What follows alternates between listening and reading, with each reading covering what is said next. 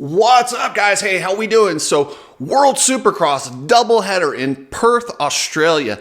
That was badass. Is it me or is Ken Roczen kind of mailing it in? He looks defeated out there. And then Enzo Lopes, I had all these nice things written down to say about how awesome he was riding and how unfortunate it was that he got caught in a tough block. And then he went on social media and totally ruined it by saying some ridiculous stuff. Before I get into all that, check out Nano-tech. If you're dealing with some aches and pains, and I know you guys are, we all ride dirt bikes.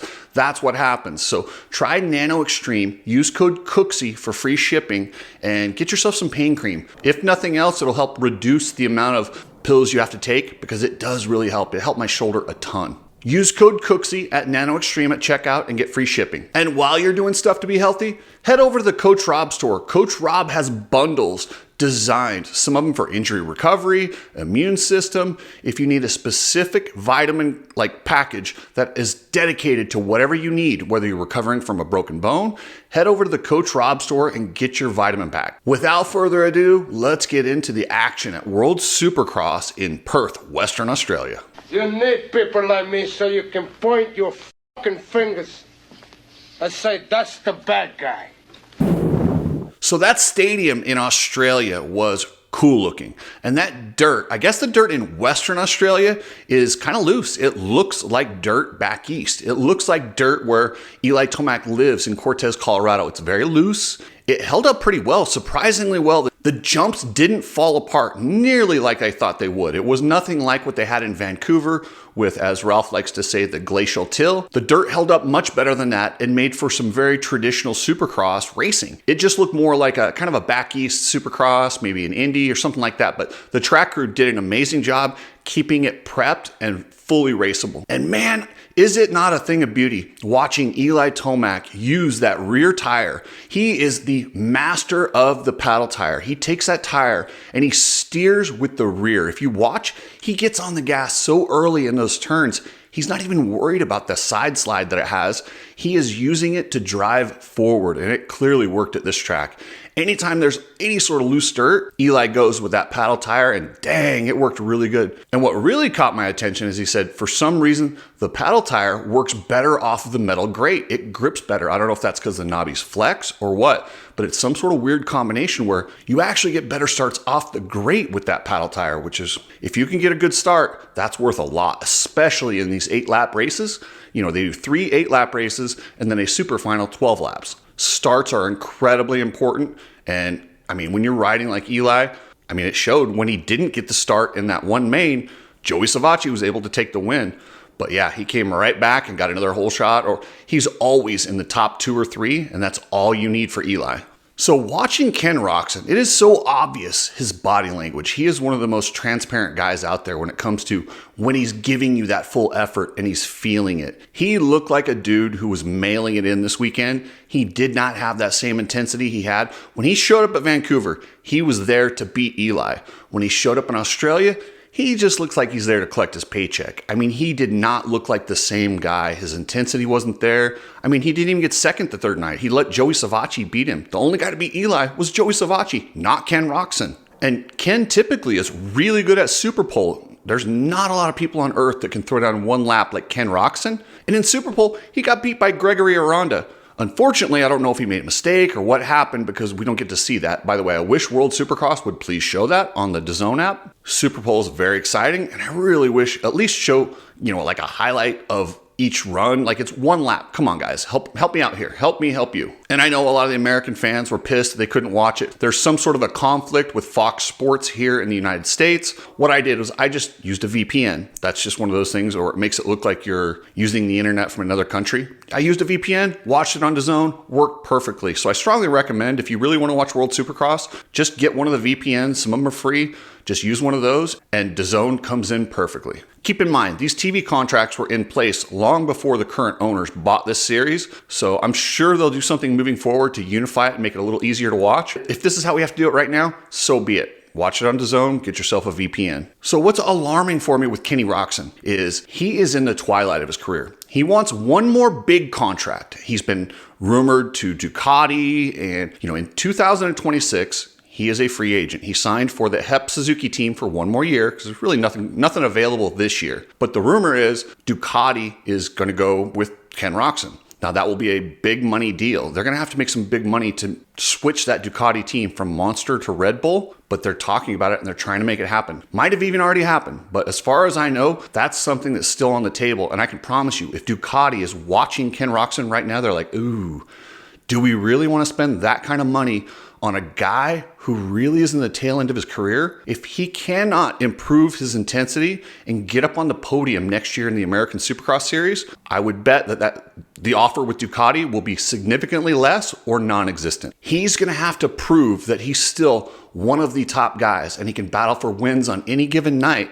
As he's getting older, he looks like he's getting older. He doesn't look like that same Kenny. He doesn't have that same intensity. He has not looked the same since he crashed and broke his leg in the Supercross Series. He came back in the outdoors or the 250. That was pretty cool, but he still didn't look very good. Came into Vancouver and it looked like he had brought that intensity that was missing. And then once Eli got over on him, it's like it just deflated a balloon. And he is not the same guy. He has got to find that or he will not get that big contract in 2026. Joey Savatgy looks rejuvenated. He is gelling with this firepower Honda team. Yariv and the boys, they do a really good job at making the riders feel comfortable. They get these veteran riders, McElrath, Joey, Dean Wilson, and they really make them feel at home. Yariv does an amazing job at cultivating talent over there. And that's something not a lot of teams do. A lot of teams bring in the guy, they either perform or they fire him. Some teams like Club MX, Firepower Honda, they bring them in and they develop them into the proper talent. And that is what is happening here. You're seeing what we always thought Joey could do. When Joey first moved up to the 450, remember the first year, how good he looked on that factory Kawasaki? Remember when he let Eli pass him to win the Monster Cup? He was that good. He was up there battling near the podium. After Kawasaki let him go, he just never really had a solid place to call home again. He had some good results in World Supercross with the Rick Ware team. And then he moved to Triumph, and that was disastrous. Going back to the 250 just didn't work for Joey. He had a horrible, first off, he got denied permission to race Supercross, which they tried to get him allowed to do. Then he just raced outdoors, and it just didn't go well. And I don't think he enjoyed riding the 250. The team wasn't happy with him. He wasn't happy with the team. That might have been a true, both sides wanted out of the contract, so they just let it go. But I'm excited to see what Joey can do all year on that Firepower Honda, feeling comfortable. He is going to be a thorn in the side of all the riders inside the top 10. I look for Joey to be battling up inside the top 5. And don't be surprised on one night if he gets a little bit of luck and gets on the podium. That's how good Joey Savatgy is riding right now. And as he builds that confidence, this is a top guy that just never really got to show what he can do on the 450. This is an opportunity. He's got the team, he's got the bike, and I really think he's going to have the confidence heading in. So Dean Wilson also looked really good in Australia. He was up there battling near the front. It's nice to see Grandpa Earl out there still racing, making money, and he's got that talent.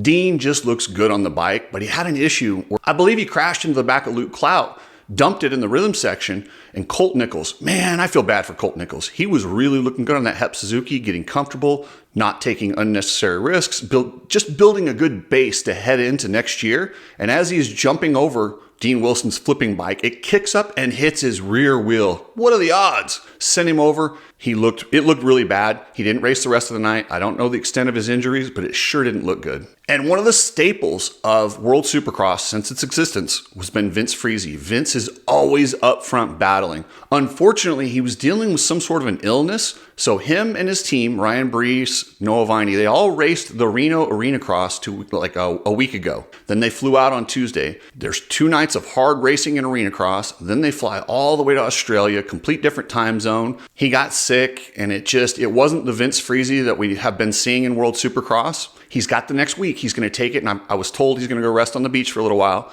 and then he'll be ready to go at Abu Dhabi. That is his type of track, that smaller Arena Cross style. I really think he's got a great chance to get on the podium in Abu Dhabi, but then they fly right out after Abu Dhabi. So they're racing Abu Dhabi on the 4th. Then they jump on a plane right after that race, fly all the way to Boise, Idaho, and race the Arena Cross on the 6th and 7th in Boise. Dang, that is a gnarly schedule, but hey, hats off to the MCR guys working your asses off. Check out Epic Garage Designs. Travis Ogburn has some of the coolest stuff to make your garage look like a Barrett Jackson showroom. He's a motocross enthusiast and he just likes garages. They're really cool. So check out Epic Garage Designs and get something cool for your garage or even your pit area. Check out Ride Strapped, and we will be at the Birch Creek Motocross Park in Virginia next week. We are heading there and we're going to go support a local event. Chris wanted to bring me out and just kind of support some locals. A really cool deal. So check out Ride Strapped, get your goggles, glasses, shirts, and if you're in that area, come see us at the Birch Creek Motocross Park next weekend. Precision Transport. If you're shipping stuff, you know how unreliable shipping companies can be. Not Precision Transport. They're family owned, reasonably priced, good customer service. They will get your package where you need it to go, and they'll do it at a reasonable price. So hit up pretransport.com. In the 250 class, I love seeing Shane McElrath being able to ride the bike that he's so good on. He is a 250 specialist. He has found his confidence. As an older guy, he still rides that 250 as good as anyone. He is a savage out there and he's got the confidence and he's clearly the guy to beat in World Supercross. And the one thing I really love about Shane is his authenticity. You watch him when they're playing the national anthem and he's on that podium, man, he is proud to be an American, and he makes me proud when I see him up there representing the United States the right way and just taking pride and embracing that national anthem and being the one that put it up there to where you get your anthem played. So good on you, Shane. Thank you. You're a patriot, and that's awesome. His teammate, Cole Thompson, was extremely fast in practice, super pole. I reached out. I don't know what's going on, but he had to be ill or something going on because he just did not have the intensity in the races, and he struggled quite a bit. He is much faster than he showed at this event. I mean, when they race the Australia races, he's consistently battling with Shane, and he didn't look like the same Cole Thompson that we've seen in Vancouver. Hoping whatever it is, he can figure it out before Abu Dhabi, and we'll see him battle up front again. Cody Schock is coming into his own. This dude's a badass. And if it wasn't for some big mistakes in the rhythm section, I don't know why he had issues with that. The rhythm section with the table onto table, he struggled with it, and I don't know why. He is right there. He won 2 of the main events, or the GP races as they call them, or motos, and he looked like a guy who could actually take home a win and dethrone McElrath, but it just didn't come together. But seeing Cody out there riding his ass off, dang, he's good. I had all these notes about Enzo Lopes, about how good he's riding and how natural his talent looks. And unfortunately, if he didn't catch a lot of those tough boxes where the covers, but I'll talk more about that in a second, if he didn't have those in his wheel, he might have won this thing. He was right there riding the wheels off that Rick Ware bike. He was looking really good. You can say a lot about Enzo Lopes, but you cannot say he's not extremely talented. And on any given day, that dude can ride with anyone in the world. With that said, this dude can't get out of his own way. So after the race, he posted an interview in Portuguese complaining about the bike and saying that his bike is not nearly as fast as Cody Schock's bike. Cody Schock is a Club MX rider. Club MX lets him use the race bike that they've tested and developed. And Rick Ware Racing purchased a motorcycle from Club, and they're responsible for making Enzo's bike fast because Club MX and the relationship with Enzo, that went really bad last year. If you want to check out the old videos on that, you can detail that. But there's very hard feelings between Club MX and Enzo Lopes. So they're not going to do any favors for him. But they did sell a bike. They sold it. They didn't give it. They sold it to Rick Ware Racing. Now it's up to Rick Ware Racing to get him a motor package and suspension package and everything he needs to go racing on the level he wants. And in the video, Enzo kind of alludes to the fact that he was sabotaged by a motor builder. And he thinks maybe, and he didn't say directly Club MX, but that's exactly who he was talking about, saying they didn't do what they were supposed to do and they dragged their feet. It really was like, come on, man, are you serious? I don't think that happened. In the interview, Enzo hinted that his motor was not nearly as built up as Cody Schock's.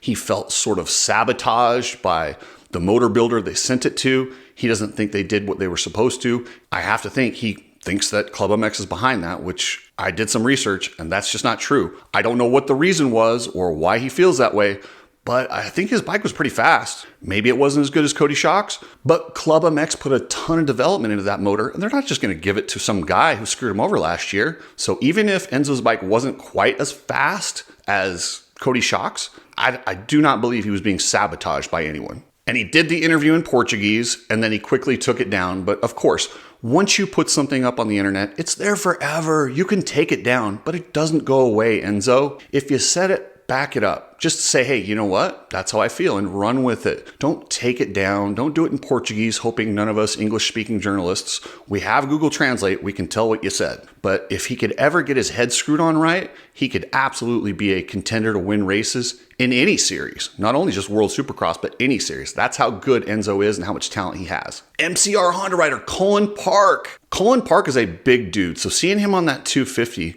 it seems like he's kind of fighting a deficit from the beginning, but he rode the wheels off that thing. He ended up in 4th place, tied on points with Enzo Lopes, and I don't quite understand World Supercross. I thought the last super final, I thought that was the tiebreaker in any sort of a ties in points was the super final. Apparently I'm wrong, because Enzo Lopes was 3rd and Colin Park was 4th, but needless to say, he rode the wheels off that MCR bike and looked really good. So good on you, Colin Park. Speaking of scoring issues with World Supercross, they made a huge blunder on Friday night. If you're in the top 8, you go to the super final.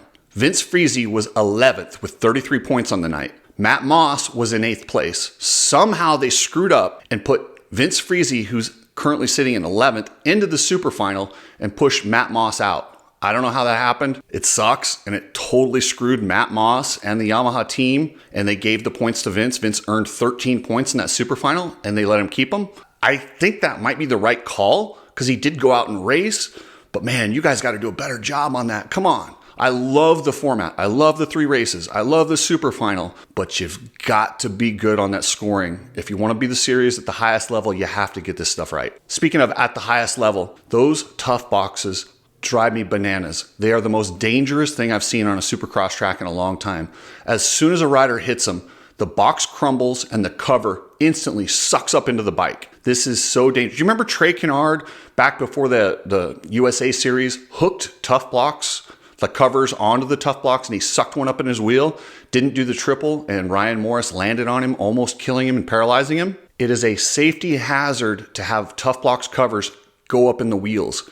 They cannot have these. Please, I don't know if they can do anything by Abu Dhabi, but please, please, please invest in the same things that they had at the Paris Supercross.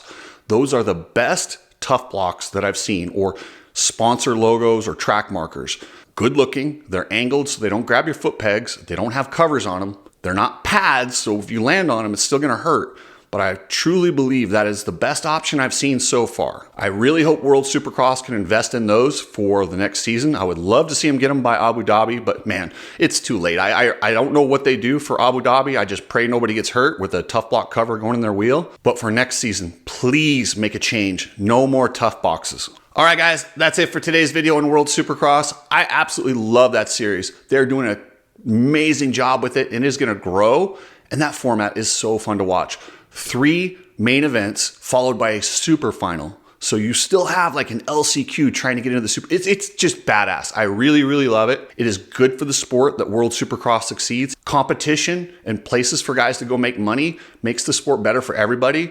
And if you guys always ask, what do you do to help and how do we get riders more money? One thing you can absolutely do is support World Supercross. Do not trash it online. You're welcome to criticize the tough boxes and stuff like that, but please support this series. We need them to be successful to force the other promoters to do the right thing. And I got more on the Deegan versus Lawrence issue and how Vital MX used their useful idiot, and that's exactly what Michael Lindsay is their useful idiot to put out their propaganda and spin. Man, that guy is so stupid. He's just smart enough and just credible enough to be really dumb. But he will do anything to be popular with the cool kids. And I'm going to go into that and really poke holes in what he said and his little breakdown of what happened between the Deegans and the Lawrences. It's actually not nearly as complicated as he made it sound, but I'll get into all that tomorrow. We've got the Mini O's live on Racer TV, and I've been watching that. That's pretty cool. I love that they have amateur races live. And thank you to all my members. You guys are awesome, and every one of you guys is entered to win the Coach Rob CRS custom painted helmet. We'll be giving that away at the end of December, and every member is automatically entered to win that.